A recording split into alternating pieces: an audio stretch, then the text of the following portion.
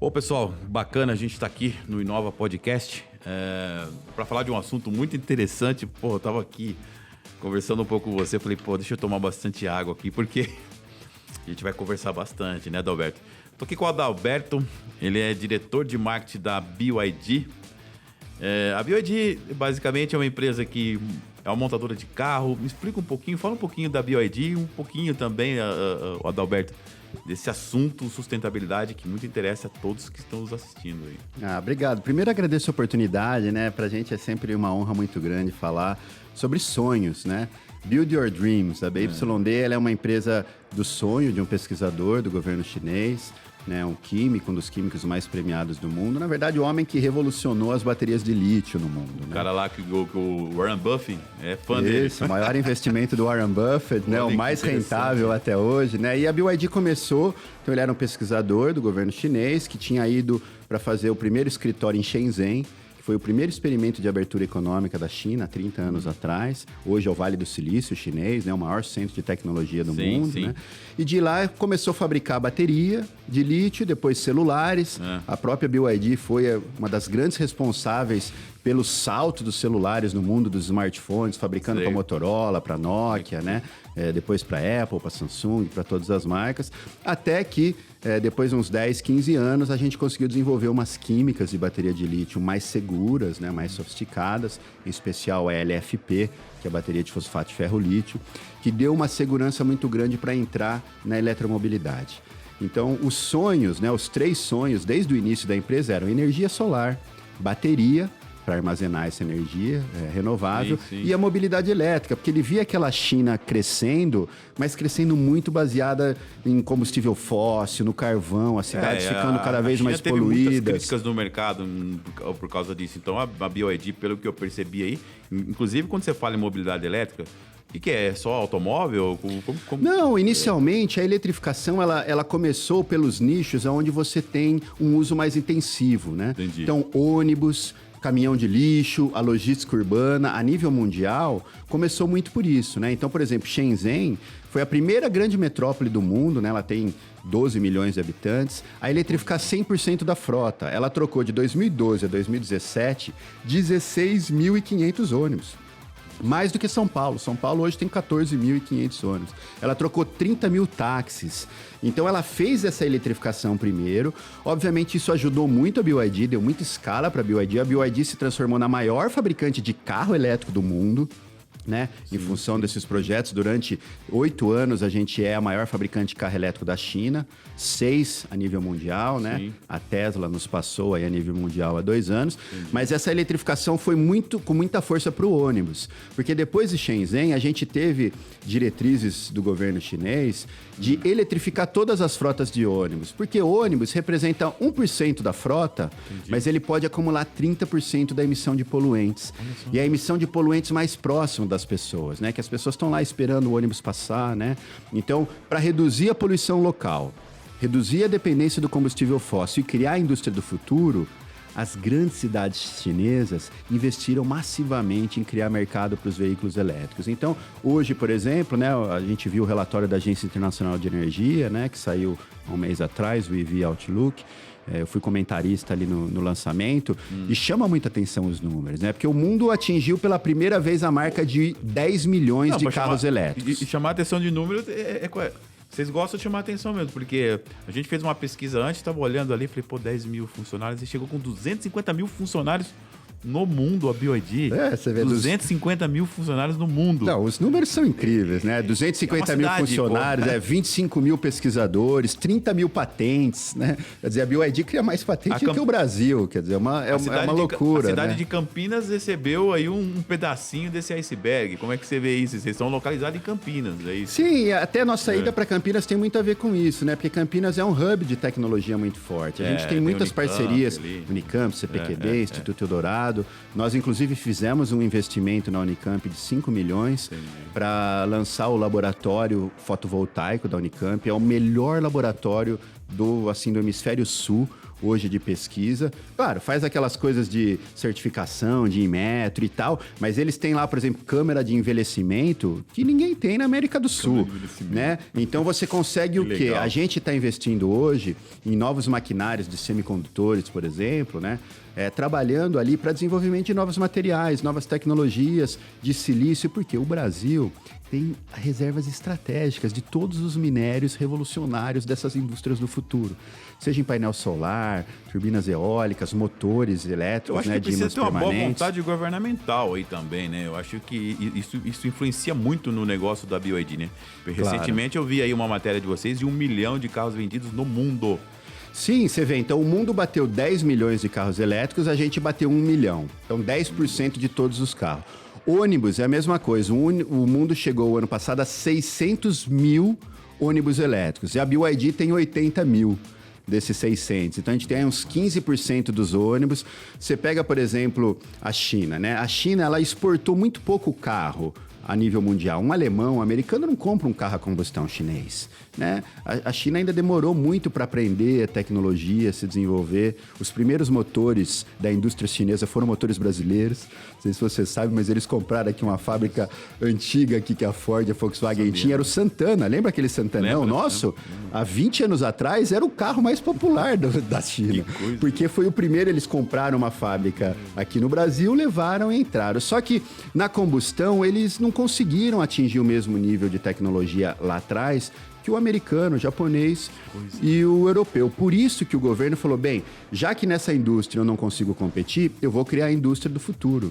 Qual que é a indústria do futuro? É o veículo elétrico? Então vamos ajudar a desenvolver esse mercado com regulamentações. Então na China hoje, se você tem um carro elétrico, você não tem que passar pela loteria. Né? Hoje, para você comprar um carro a combustão na China, você tem que ganhar o direito de comprar. Você não pode chegar lá numa montadora e comprar o carro. Você tem que ganhar a loteria em muitas cidades para ter o direito de comprar um carro a combustão. Se for elétrico, não. Você pode entrar lá e comprar. Estacionamento. Hoje, carro elétrico tem praticamente estacionamento gratuito, tem isenções de pedágio, tem várias regulamentações, zonas de baixa emissão. A maior parte das grandes cidades chinesas, se você quer ir de carro para a área central, você só pode ir elétrico. Se você for com carro a combustão lá, você paga uma multa enorme, né? É tipo o pedágio urbano de Londres, né? Ou a zona de baixa emissão de Milão. Você quer ir para a região central, onde tem muita gente, onde a emissão de poluentes impacta a vida das pessoas, né? Porque o que acontece? A gente vê isso aqui nos números do Brasil, né? Ontem eu participei de uma live do INSPER, que tinha o professor Paulo Saldiva. Não, eu assisti. O professor Paulo Saldiva é uma referência ali, né? É um dos médicos brasileiros, pesquisadores que mais publicam em revistas internacionais de poluição. E ele mostrou aquele gráfico da emissão de poluentes, que está muito concentrada na área central, mas quando a gente vê o acúmulo desse poluente no pulmão das pessoas, né? Ele comenta lá, 1 hora de você andando no trânsito de São Paulo é como você fumar um cigarro. Né? Só que a gente não escolhe fumar ou não fumar, né? Você tá lá. Então, quem mora na periferia de São Paulo fica 2, 3 horas no trânsito. Então, ela fuma 3 cigarros por dia.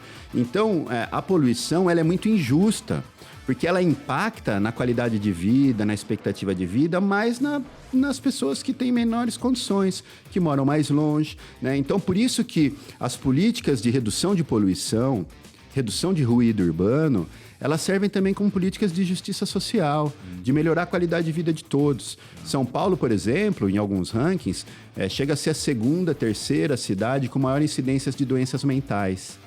E existe uma correlação muito importante entre ruído e doença mental, né? Assim, eu morei em São Paulo 15 anos, né? Fiz minha graduação, fiz o mestrado. Você trabalhou na secretaria, Trabalhei na Prefeitura de São Paulo, trabalhei no IPT, né? Instituto de Pesquisa Tecnológica. E assim, claro, eu morava ali na USP, né? Então ali é mais verde, bonitinho e tal, mais tranquilo. Mas eu ia, óbvio, rodava muito pela cidade, né?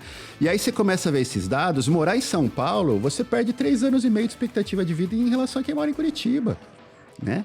Então você começa a se questionar de muita coisa. E quando eu mudei para o interior, né, lá em Campinas, por exemplo. Hoje eu moro em Barão Geraldo, do lado da Mata de Santa Genebra. Né? Uma vez por mês eu sou acordado pelos macacos que vão lá. Ali eu tenho um vizinho que adora dar comida aos macacos. Ele fala, não pode ficar dando, amigo. Então, você vê, é outra coisa você morar na natureza. Você respira diferente, né? É uma qualidade de vida diferente. É claro que quem mora na grande cidade, às vezes, não consegue sair. Né? Eu saí porque a BYD foi abrir as fábricas de painel solar. E apesar aquela região de Barão Geraldo eu conheço bem. Vai crescer muito ali, hein? Estão falando em loteamento ali, né? Ah, não, com certeza. Mas pelo menos tem área verde, mas são né? loteamentos sustentáveis. É onde pode entrar, por exemplo, as placas solares da BYD, por exemplo. É uma coisa... Porque assim, quando eu tava montando, assim, sinceramente, eu debrucei em cima de BYD. Sinceramente, esse olho seu brilhando aí mostra que você gosta do que você faz, enfim. Tanto que você preside aí, presidiu, não sei como é que tá essa questão sua hoje em relação à Associação Brasileira de Veículos Elétricos. Sim, tô como presidente lá, então, 1 ano e meio. E o que acontece? Eu procurei pegar um pouco mais o gancho, né? Não ficar só em veículo, que veículo eu acho que é mais fácil para as pessoas entenderem.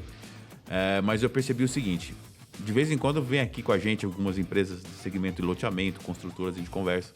E tá todo mundo pensando em Smart City, todo mundo indo para esse mercado aí de cidades inteligentes, né? Até teve um pessoal aqui que lançou o MBA de cidades inteligentes.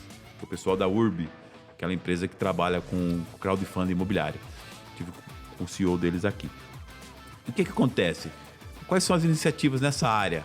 Pegando esse gancho aqui, tudo bem, Barão Geraldo vai crescer, perto da sua casa, onde você mora, vai crescer. Mas assim, as empresas, as loteadoras, construtoras vão ter que se preocupar com isso. E pelo que eu entendi, como BYD, Build Your Dreams, ou seja, é o nome da BYD, pelo que eu entendi, o empreendedor, o fundador, ele tem esse compromisso. E parece que vocês também, olhando no seu olho assim, percebem que existe esse compromisso com esses, acredito que esses 250 mil funcionários. Como que você vê esse outro mercado? Sim. Você vê, a BYD, a gente tem um slogan de patrocinadora da mãe natureza, né? E basicamente porque hoje a eletromobilidade ela é muito mais do que o veículo elétrico em si, né? Existe um ecossistema de inovação gigantesco sendo criado entre o veículo elétrico, a residência das pessoas, o trabalho, o celular. Eu não sei se vai ser o celular ou vai ser o veículo, né? O veículo hoje, em especial com a ascensão do 5G, o veículo elétrico, ele está tentando ocupar o espaço do celular como centro da vida das pessoas. Então, tem um ecossistema de inovação gigantesco que está sendo criado. Então, por exemplo, para construtoras, a própria lei municipal aqui em São Paulo, que entrou em vigor, né, que obriga o empreendedor a deixar pronto a infraestrutura para recarga elétrica, né? Eu, na minha época, quando eu trabalhei na Secretaria de Meio Ambiente de São Paulo, a gente aprovou, naquela época, uma lei muito parecida que obrigava grandes consumidores, academias e tal, a ter energia solar para aquecer a água e novas construções de um certo tamanho lá deixar pronta a infraestrutura.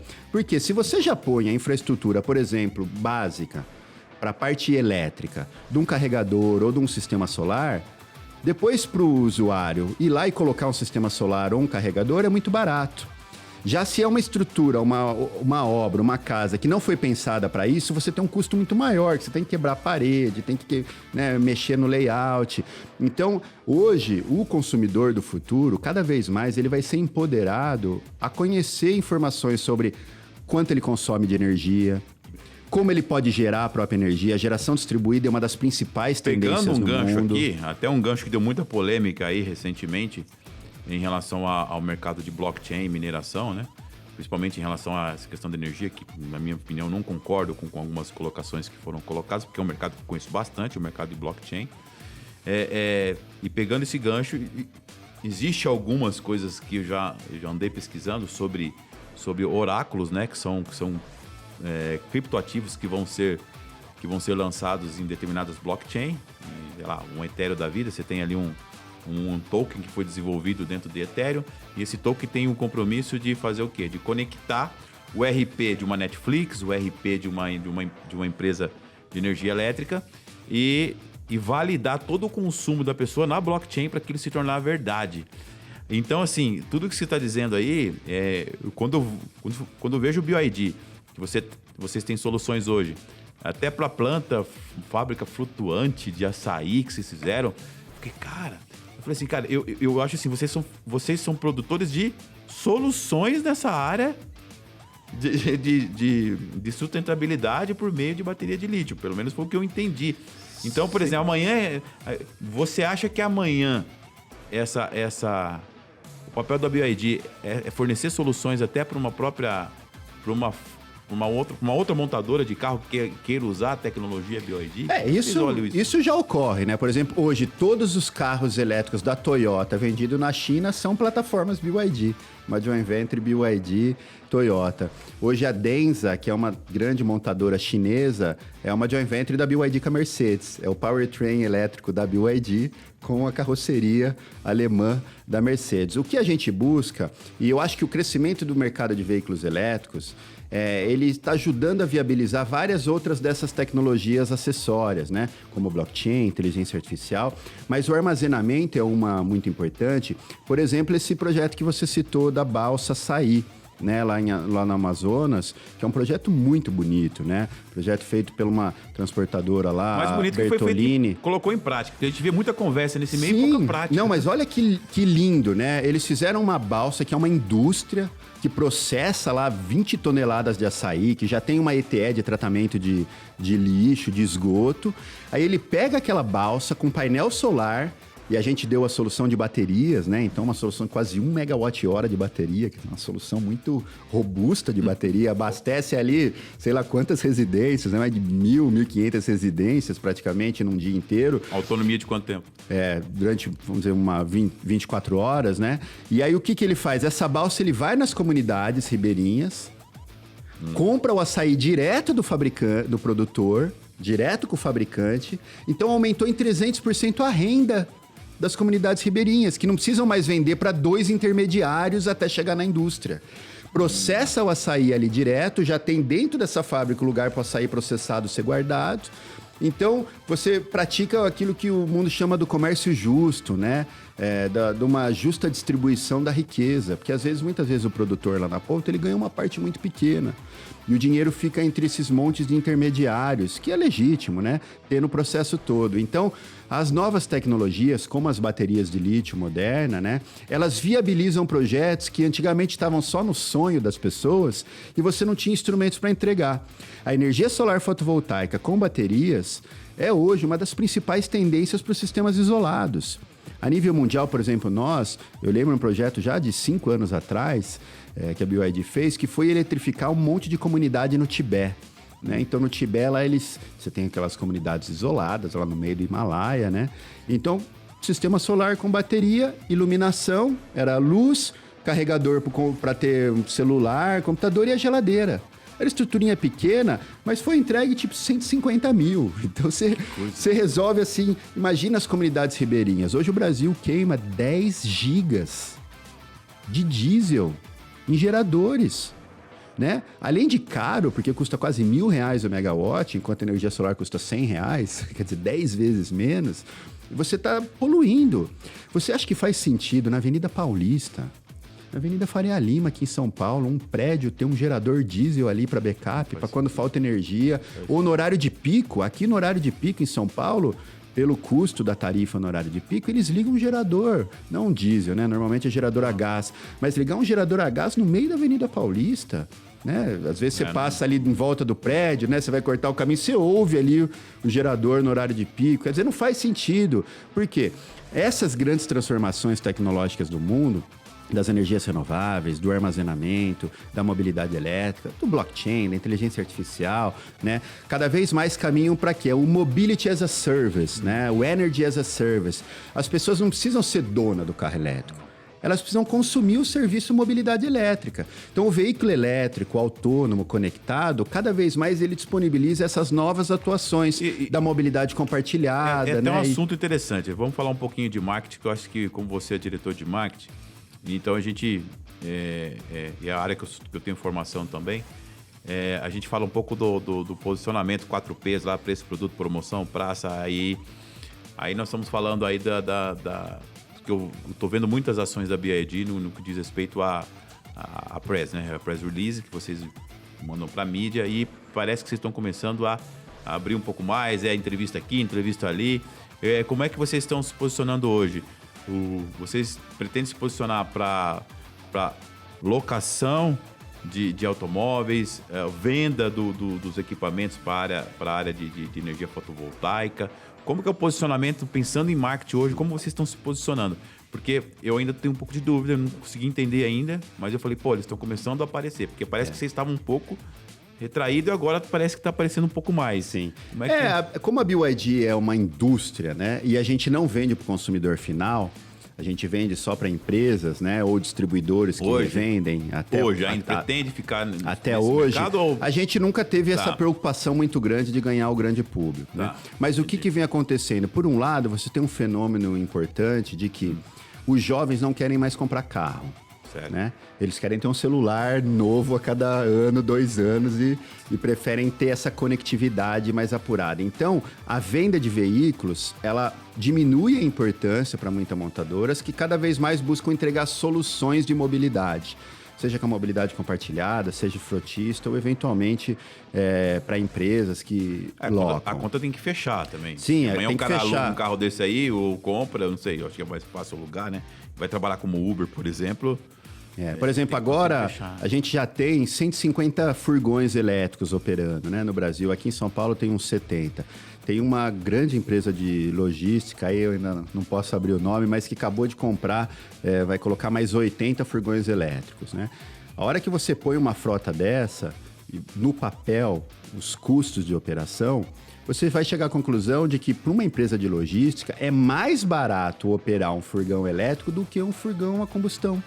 Por quê? Ele não pega rodízio, ele tem isenção de rodízio, ele tem isenção de IPVA, né? Redução no custo do IPVA, e ele tem uma alta disponibilidade da tecnologia, porque um veículo elétrico você não precisa ficar fazendo manutenção, não precisa, né? Um ônibus elétrico, por exemplo, tem um relatório de lá de Curitiba, que testou o elétrico, com o híbrido, com a combustão, e falou que o ônibus elétrico é o que tem a maior disponibilidade de tempo. Por quê? Um ônibus elétrico, ele não tem caixa de câmbio, não tem eixo cardan, não tem embreagem. Não é que assim, ele gasta menos. Não, ele não tem. Então, o custo de manutenção, o trabalho para fazer a manutenção é muito menor, porque é um motor elétrico que opera sempre naquele mesmo ritmo, naquele mesmo ciclo. Então, reduz muito o custo e a estrutura. O chassi, muita gente sabe que às vezes o ônibus ele é feito da seguinte forma. Você tem o chassi, que é de uma marca, um produtor, e depois você tem os montadores, né? Como que é isso hoje? A BYD, ela faz tudo?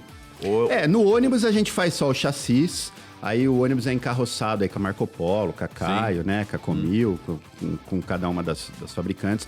O veículo não, o veículo a gente faz, em geral, o veículo inteiro, a não ser essas joint ventures que eu comentei, que a gente tem com a Toyota, com a Mercedes, né, que a gente fabrica. Desde o ano passado, a BYD começou a vender bateria para outras montadoras, grandes, globais, porque a gente desenvolveu uma nova bateria chamada Blade, que é uma bateria bem fininha de lítio, que aumentou a densidade energética. Ela ainda é baseada no LFP, né, no lítio fosfato ferro. A BYD caminhou muito para o investimento no fosfato ferro para a gente sair do cobalto. Né, porque o cobalto tem algumas questões ambientais, né? As reservas lá estão lá no Congo, na África, umas questões sociais ali associado à mineração. Então a gente tentou caminhar com outras montadoras mundiais para essas químicas avançadas que têm menos impacto. E sempre buscando químicas que possam ser recicladas. Então hoje, por exemplo, as nossas baterias, elas duram 10 anos num veículo, depois você tira, usa mais 10 anos em sistemas de energia solar. Depois você usa mais 5 a 10 anos para fazer regulagem de frequência e de voltagem na subestação, na rede de distribuição. Né? Inclusive, hoje existem muitas startups no Brasil. Lá na Associação Brasileira do Veículo Elétrico, né, que eu presido, a gente tem startup hoje que está pegando bateria usada e reaproveitando para sistemas solares. É um ponto que você tocou que é muito interessante, que aqui a gente fala que o programa Inova 360 é uma plataforma, não é mais um programa. Que eu acho que essa é a ideia que a gente quer passar para o mercado. Aqui, nós somos programa, nós somos reality show, Batalha das Startups, onde nós colocamos literalmente as startups num ringue para disputar e ganhar um espaço dentro do nosso hub. Né? E nós temos aí Janguia Diniz, que é um dos nossos sócios, tem todo o grupo Imepar envolvido, todo mundo aí apostando nesse negócio. E uma das coisas que a gente discutiu é como a gente ter hoje uma startup. Eu acho que uma startup ela não pode trazer simplesmente a invenção. Porque assim, eu acho que invenção é você investir. inventar uma bateria para celular. Inovação é essa bateria durar mais que... O meu iPhone durar mais do que, né, o tempo que dura, que isso é uma batalha, né? Olhando por esse lado, aonde a BYD ou até mesmo a Associação Brasileira de Veículos Elétricos está olhando para as startups, do que você tem de novo para contar para nós? Tipo assim, um case, falar, ó, temos uma startup que está com a gente assim, assado, que está fazendo tal coisa. Conta um pouquinho para a gente. Legal. A gente criou uma categoria de startups lá na associação exatamente por sentir assim, uma efervescência muito grande nesse setor, né? Quer dizer, existe um ecossistema de inovação muito grande sendo formado, certo, desde iniciativas governamentais. Então a gente vê lá os hubs de Salvador, de Recife, de Floripa, Porto Alegre, Curitiba. Eu posso citar, por exemplo, o caso de uma startup nossa lá, a Atlas, que eles pegam essas baterias usadas, reconstroem sistemas e durante, por exemplo, o Salão do Automóvel, a gente teve lá estandes de montadoras que foram 100% abastecidas com energia dessas baterias de segunda vida que foram carregadas com painel solar. Né? Então, a gente está falando de fechar o ciclo de emissão zero. Por isso que é tão bonita o desenvolvimento dessas tecnologias, porque a gente está falando de energia solar, da bateria sendo usada, da mobilidade elétrica, que é 6 vezes mais eficiente do que o motor a combustão, né? Por exemplo, o motor elétrico é 6 vezes mais eficiente que a combustão. Ele custa 4 vezes menos para operar do que o motor a combustão. E aí depois você vai ter esse monte de bateria. Aí você fala, pô, mas isso pode gerar um problema ambiental. Vou fazer o quê com essas baterias? Mas o mercado já deu uma solução. O mercado já encontrou o valor para ela para reutilizar numa segunda vida, numa terceira vida. E hoje, por exemplo, tem muitas startups na Europa que estão fazendo novas metodologias para purificação e reciclagem de bateria de lítio. Então, mesmo químicas de bateria de lítio de cobalto, né, que é aquela que a gente tem no celular, que antigamente eram muito difíceis de ser recicladas, hoje na Europa você tem startups já com novos processos, que conseguem reciclar quase 95% das baterias. Então, isso agrega muito. Por exemplo, muita gente não sabe, mas o painel solar fotovoltaico, ele tem 97% de reciclagem. É mais do que o alumínio, né? Então, essas novas tecnologias, elas já nascem quase sempre com o seu ciclo de emissão integrado. Quando a gente pensa do sol à roda, né? A energia solar fotovoltaica que abastece os veículos elétricos, que depois ele roda, depois tem a segunda vida, a terceira vida, a reciclagem e a destinação final. O ciclo de emissão dessas tecnologias no seu ciclo de vida todo, ele é muito favorável. A gente está falando de reduzir 95% a emissão de CO2. Então, em face da nossa realidade que o mundo vive hoje de aquecimento global, as mudanças climáticas é o maior desafio que a gente vive. Adalberto, eu acho que você tem um desafio também. Quando você está falando assim, eu vou entrar um pouco no endomarketing, né? Que eu acho que uma empresa que tem 250 mil funcionários, 250 mil colaboradores... Tem uma divisão lá só para cuidar disso. Você precisa ter um endomarketing muito bem feito, muito bem distribuído. E eu acredito até que se todo mundo tem essa pegada, da mesma forma que você passa essa informação, com a energia que você passa, eu acredito também que os próprios colaboradores da BYD querem investir em inovação e, de repente, amanhã se tornarem empreendedor até para esse build your dreams ser compartilhado com todos. Quais as ações que vocês fazem hoje internamente, pensando nisso? Porque assim, é legal falar para fora, mas o legal é você ver acontecer internamente. Por exemplo, todos compram a ideia? Como é que você vê isso? Ah, sim, com certeza. Eu acho que a gente, quando criou o departamento de comunicação, né, interna... acho que a comunicação é imprescindível. Foi uma área, assim... A gente tem um departamento de sustentabilidade e um de comunicação, né, que trabalham muito juntos. E o que a gente sentiu? Que o funcionário também, ele queria ouvir mais sobre essas soluções, sobre o que vem acontecendo no mundo. Então, primeiro a gente teve um trabalho importante de comunicação mesmo, de estar sempre explicando o que está acontecendo, os principais projetos, né? Desde os murais, do newsletter, das coisas internas, até a vivência da empresa. Então, a gente faz o BYD Day com a família, por exemplo, né? Traz as famílias para entrar lá. E é muito legal você ver, por exemplo, um funcionário da linha de montagem de uma fábrica de chassis de ônibus. Aí eles, naquele dia, explicam para os filhos o que o ônibus elétrico que o pai dele está montando faz para a sociedade, né? Aquela moça que está na linha de montagem de um painel solar, ela explica para o filho. Então, por exemplo, nós, né? Eu tenho filha pequena também, minha filha tem 5 anos. Assim, eu acho que quase tudo que eu faço na minha vida, eu tô sempre pensando nela, né? A gente trabalha pela sustentabilidade, pelo futuro, porque eu tô pensando num planeta melhor para ela, né? Então, dá muito orgulho pra gente. Você pergunta, por exemplo, pra Valentina, fala, pô, Valentina, o que seu pai faz? A minha também, minha Maria Eugênia Valentina, é o nome da minha filha. E ela sempre fala, meu pai, ele ajuda a salvar o planeta, né? Ele ajuda a preservar o meio ambiente. Então, é muito legal isso é um reconhecimento que você tem dentro de casa, que te dá muito orgulho, né? Porque, claro, a vida cotidiana, ela é muito dura, né? Às vezes, nesse momento de pandemia, ainda muitas notícias ruins e tal. Então, você precisa sempre buscar coisas que te levem para ter essa visão de futuro, né? O que realmente importa na vida, né? Eu pedi pro pessoal aí editar aí, ó. Quando falar o nome da Valentina e falou o nome da Maria Eugênia, gente, vocês vão mandar isso para nós, né? Pode publicar, pessoal. Então, que legal. Olha, tô vendo aí que a gente a gente fica o dia inteiro conversando a respeito desse assunto. Eu acho que é um tema que tem tudo a ver. Eu vejo esse tipo de ação, assim, vontade para trabalhar vocês têm. Acredito até que no RP de vocês lá, no SAP, sei lá qual é o RP que vocês usam, os compradores hoje devem receber algumas orientações no que diz respeito à contratação de fornecedor. Eu acho assim, cadeia de suprimentos. Eu trabalhei um tempo na Belgo Mineira, e hoje é Mittal, né? E a gente fazia aí procurement, onde a gente procurava qualificar cada vez mais os fornecedores para entrar. E assim, não adianta você ter hoje um mercado se adequando às expectativas da empresa, os funcionários se adequando e o fornecedor não. Como que você vê essa questão do fornecedor? Porque o fornecedor vem com muito vício do mercado comum. Claro. Mas eu acho que hoje os fornecedores, especial de grandes montadores e grandes empresas, eles já estão muito antenados, né? Por exemplo, a BYD, a gente faz parte do Pacto Global, né, da ONU. A gente faz parte também do Acordo do Clima aqui do estado de São Paulo, né, liderado pela CETESB. E você tem lá algumas diretrizes que você deve seguir, que você deve fazer.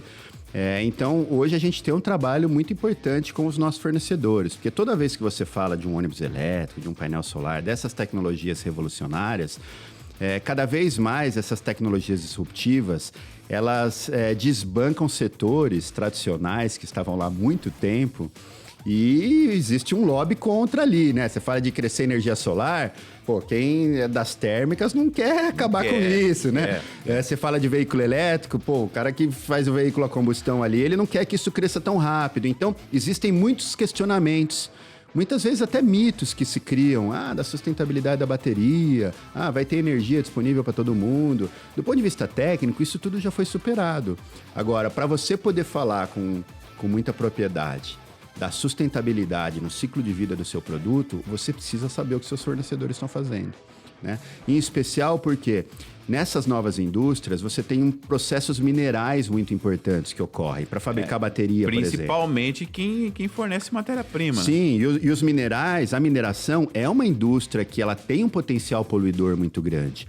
Então você tem que trabalhar muito com os seus fornecedores e trabalhando com os fornecedores certos, você consegue medir, né, e rastrear a sustentabilidade da cadeia produtiva quase como um todo.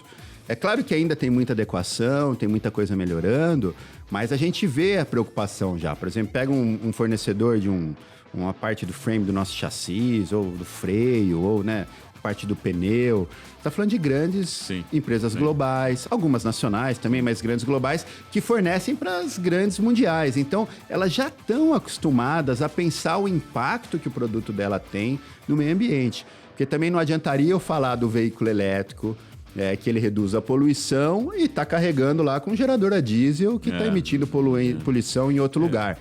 Apesar de achar que é melhor ter, né, uma térmica lá longe, poluindo lá longe, do que ter 1000 ônibus elétricos poluindo na cidade e matando as pessoas. Mas a gente não quer isso, né? Eu quero que o veículo elétrico seja movido por energia de renovável, porque à noite tem energia gratuita quase no Brasil. As eólicas estão gerando e ninguém está consumindo.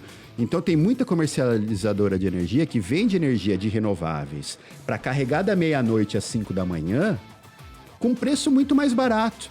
E a infraestrutura está dada já. A infraestrutura elétrica tem em qualquer lugar, qualquer município do Brasil chega energia elétrica, né? Assim, tirando os sistemas isolados ali. Então, você ter essa possibilidade de carregar à noite, e a tecnologia caminha para isso, porque você vai chegar na sua casa, no horário de pico, que a distribuidora estiver te cobrando mais caro, o seu carro vai abastecer sua casa. Para você não pagar essa energia cara. Aí ele vai estar pré-programado da meia-noite às 4 da manhã, ele vai carregar. Por quê? Você vai ter um contrato de mercado livre que você vai comprar energia das eólicas noturnas, que é barato. Então, o Brasil hoje é uma potência em hidrelétrica, em eólica, em biomassa, em etanol, né, em biocombustível. Então, a gente tem tudo para se transformar também numa grande potência da energia solar fotovoltaica. Esse ano passado a gente entrou no top 10. Você acha que vocês vão chegar no ponto das pessoas adquirirem estações de vocês e poder exportar isso para a rede? Como é que você vê isso? E isso já ocorre muito, né? Hoje a geração distribuída é o maior fenômeno... O empreendedor que vai te procurar, porque isso se torna um business. A nível mundial, para a rede. A nível mundial, a geração distribuída é a que mais cresce. Na Europa, todos os países subsidiaram a geração distribuída durante muito tempo. Hoje não precisa mais subsidiar. Hoje ela praticamente se paga. Inclusive, no Brasil teve esse debate muito ruim, né? De taxar o sol ou o pobre subsidia o rico usando GD. Mas não tem nada a ver. Isso aí não faz sentido nenhum lado nem o outro. Por quê? Para a rede, o que importa é gerar energia limpa e cada vez mais barata. Então, é melhor para a rede que eu gere na minha casa e jogue para a rede, o meu vizinho consome instantaneamente, aí meu vizinho está pagando imposto, né? É disruptivo. Ele paga o imposto da rede. Só que não tem perda, porque se essa energia vier lá de Belo Monte, ela perde 17% da energia na transmissão e mais 8, 10% em outras perdas. Então, quanto mais descentralizada a geração distribuída, melhor para todo mundo, né? Ela é mais barata, ela é limpa. Então, você cria um ecossistema ali de segurança energética muito grande. Então, quando a gente pensa na energia solar fotovoltaica distribuída, você tem atributos elétricos, energéticos e sociais que, às vezes, a tarifa não percebe isso, né? Então, eu acho que nós, como cidadãos do mundo, né, que pensam além do futuro, né, a gente quer deixar um planeta melhor para os nossos filhos, a gente tem que estar sempre pensando no longo prazo dessas tecnologias, né? Algumas tecnologias têm um impacto muito bom de fazer a transição para onde a gente quer chegar. Então, a gente tem que fomentar isso, né? A gente vê a nível mundial, o mundo inteiro está indo, né? Pega agora o Joe Biden nos Estados Unidos. O pacote 2,3 trilhões de dólares, investindo 621 bi em infraestrutura verde, infraestrutura para veículo elétrico, 480 eu acho que a gente tem muito, a gente deixar de ficar 24 horas falando a respeito disso aí, a gente vai ver que a gente ainda não vai chegar num consenso. Porque assim, até para a gente fechar aqui o nosso podcast, tá muito legal esse bate-papo nosso aqui, tudo isso é muito lindo, né? Mas assim, para fechar aí com chave de ouro, não sei nem se é com chave de ouro, mas é um desafio. O desafio governamental. Como que vocês enxergam isso? Porque tem muito lobby, muito interesse por trás disso daí. Então, para a gente fechar, como vocês acreditam que vocês vão conseguir dobrar o sistema? Se é dobrar ou não sei se essa é a melhor frase. Ou percorrer ou desviar do sistema para conseguir implantar tudo isso que vocês... Quando a gente olha historicamente as grandes revoluções tecnológicas, né? Seja na indústria de TI, de celulares, do mundo digital, né? NASA, todas as grandes revoluções tecnológicas tiveram a liderança, a coordenação e o financiamento de longo prazo dos governos. A nível mundial, hoje tem uma coordenação muito grande na China, na Europa, nos Estados Unidos, nos grandes mercados, de fomentar a indústria verde, a indústria do futuro, a economia de baixo carbono. No Brasil, a gente tem algumas iniciativas, né, ali pontuais, uma liderança importante de alguns governos subnacionais, municipais, então a Prefeitura de São Paulo, a Lei do Clima, teve iniciativas importantes, a Prefeitura de Campinas, São José dos Campos, a gente vê isso, mas infelizmente não existe ainda uma boa coordenação no Brasil, dos níveis federais, estaduais, com a indústria, com a academia, de realmente sentar junto e coordenar essa visão de futuro. Porque para a gente pensar o futuro, a gente tem que primeiro saber qual modelo de país a gente quer. Nós queremos ser um país tipo o Brasil Colônia, que só exporta produto agrícola e minério de ferro, ou a gente quer ser um produto de uma indústria de alta tecnologia, que gera startups e novas inovações. Então, essa visão de futuro de país, a gente precisa ter. Então, hoje eu sinto que no Brasil a gente tem, nos diferentes níveis de governo, muita gente boa, tentando avançar algumas pautas para frente, mas eu sinto que falta um pouco de coordenação. Então, se a gente conseguir coordenar nível federal, estadual e municipal, atraindo a academia mais próximo da indústria, que é um desafio do Brasil. Lá fora a indústria está muito próxima da academia. Aqui a academia fica um pouco ainda afastada da indústria. Então, se a gente integrar todo mundo com essa visão de futuro, qual é o modelo de país que a gente quer? Que tipo de indústria a gente quer? Porque o Brasil é uma potência ambiental, sempre foi, né? De floresta, de biomassa, de biodiversidade. Então, para a gente continuar mantendo essa liderança que a gente tem, e isso, obviamente, cai nas nossas cidades. Na qualidade de vida, nas cidades sustentáveis, porque uma cidade que não conseguir oferecer uma boa qualidade de vida para os seus cidadãos, ela vai perder os melhores talentos. Um jovem que está desenvolvendo uma nova tecnologia, que mora em São Paulo, que fica lá 2 horas no trânsito, poluição, com ruído, a primeira oportunidade, ele vai, você vê, Santiago, Montevidéu agora acabou de abrir um programa atraindo brasileiros para ir lá abrir startups, eles financiam o cara. Estônia, né? tem o mundo inteiro tem. Então, Então, assim, se a gente não melhorar a qualidade de vida das nossas cidades, a gente vai perder esses talentos, esses jovens talentos que estão criando as tecnologias do futuro. Daqui a 50 anos... Aí eu pergunto, né, pessoal? É outra coisa. Pessoal da rede social aí, inclusive, quem quiser comentar aí, comenta abaixo aí no YouTube, nas redes sociais, que modelo de país que você quer? Eu acho que essa é a grande pergunta que a gente deixa para os nossos telespectadores, nossos web espectadores. Hoje é tudo de uma maneira convergente. Adalberto, eu quero agradecer a sua presença. Eu acho que você enriqueceu aqui o nosso bate-papo. Eu acredito muito nessa visão, tanto que eu fiz questão de debruçar realmente em cima de BioID, me chamou muita atenção quando eu recebi e verifiquei vocês a primeira vez, e espero que você possa ser um parceiro nosso aqui e trazer mais coisas, a gente ter mais tempo para fazer outros bate-papos como esse, e eu quero só agradecer você e deixa um recado aí que você quer deixar para o pessoal, para que o país que as pessoas querem, será que é o mesmo país que você quer? Então, fala um pouquinho. Eu primeiro agradeço a oportunidade, né? Muito bom a gente estar aqui discutindo inovação, novas tecnologias. Eu acho que o Brasil tem um potencial enorme. A gente tem uma mão de obra muito criativa. O brasileiro é criativo, né? O brasileiro, ele é empreendedor. É um dos povos mais empreendedores do mundo.